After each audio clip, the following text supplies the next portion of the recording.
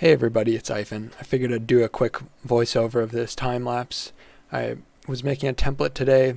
Took about 6.5 hours, so I'm in the process of editing that whole thing right now, but I figured I'd do a quick voiceover just to get it out there since it'll probably take a while to edit. I'm in the middle of that now, but just taking a quick break. The whole process took like 6 or 7 hours. This video is going to be 6 minutes, so it's about an hour for each minute of the time lapse.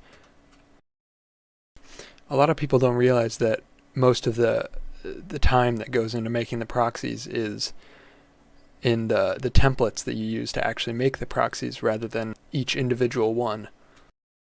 Some people choose to download templates from online and use those, but for me, making the templates is the fun part.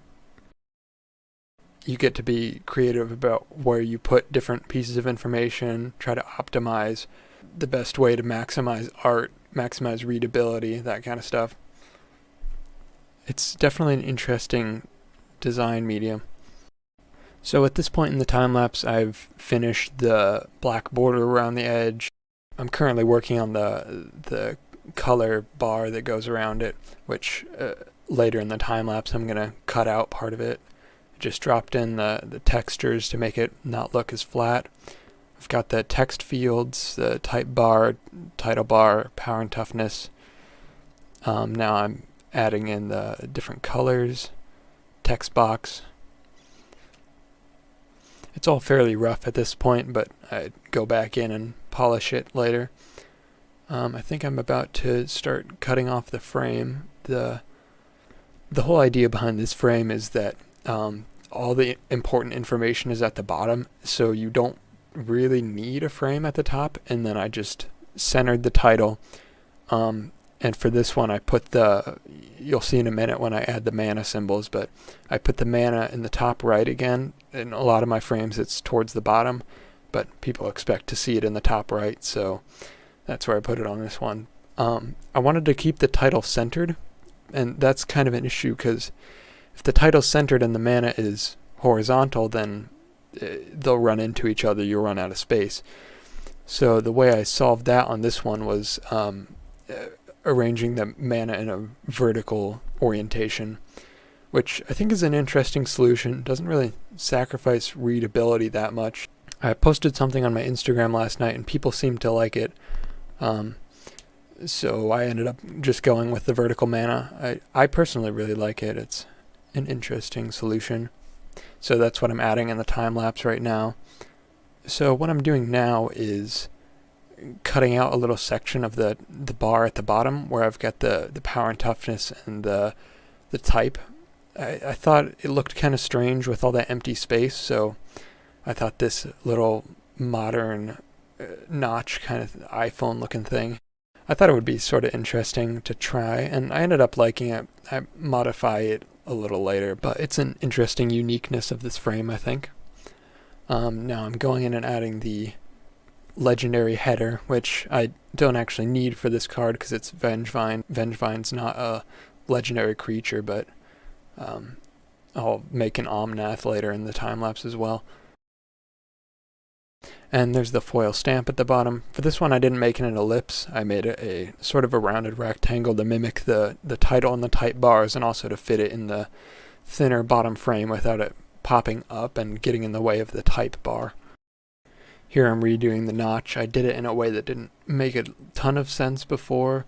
I had a layer on top of it that would make it darker rather than what it actually looked like, which was a cutout and then a different part below it. So the way that I did it now, I can individually change the frame from the notch's color. Now here I'm making the horizontal mana in case there's a activated ability, something like that, and there's the tap symbol. And this is where I actually drop in the art and start making the final card. I have to do a little bit of extension on the top and the bottom, which you'll see. Fixing those leaves and adding the spikes to the back of Vengevine, that kind of stuff. I think that's another part of this that goes overlooked. People just kind of assume you drop the art in there and it's good to go, which a lot of people do. A lot of proxy artists just scale it up. I tend to try to fill it in myself, extend the art and make it framed better rather than just trying to stretch it to fit the card. Here I'm going back and doing an omnath just to test out the legendary header, multicolor, that kind of stuff. And there's the little cutouts where his fingers overlap the mana symbols. Generally, once I feel pretty good about a frame, I'll drop some pictures in my Discord and see what people think. So that's what I'm doing here. And they had some critiques. I made some minor modifications, messed with it a little bit. And I'm pretty happy with how it turned out in the end. This is going to be my usual frame for things that aren't like masterpieces or invocations or something that I want to use in a different special frame. I plan on making some more unique frames very soon, like something to do with the showcase frame, a new invocation one. And here I'm just making the thumbnail for this video.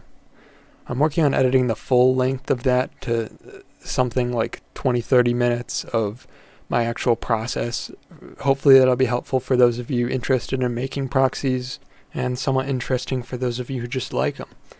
I'd love some recommendations about what sort of content you guys would like to see. I'm planning on doing more of these time lapses for just short commentaries of what's going on with a new template, and then I'll probably also do a longer 20-30 minute, more in-depth tutorial. But I'm open to doing other stuff if there's an audience for this. I have no idea how people are going to receive this, actually. So if you want a Q&A, a live stream, something like that, just if you have any ideas, put it in the comments. I'll read them all. Hope you enjoyed. I'll see you in the next one.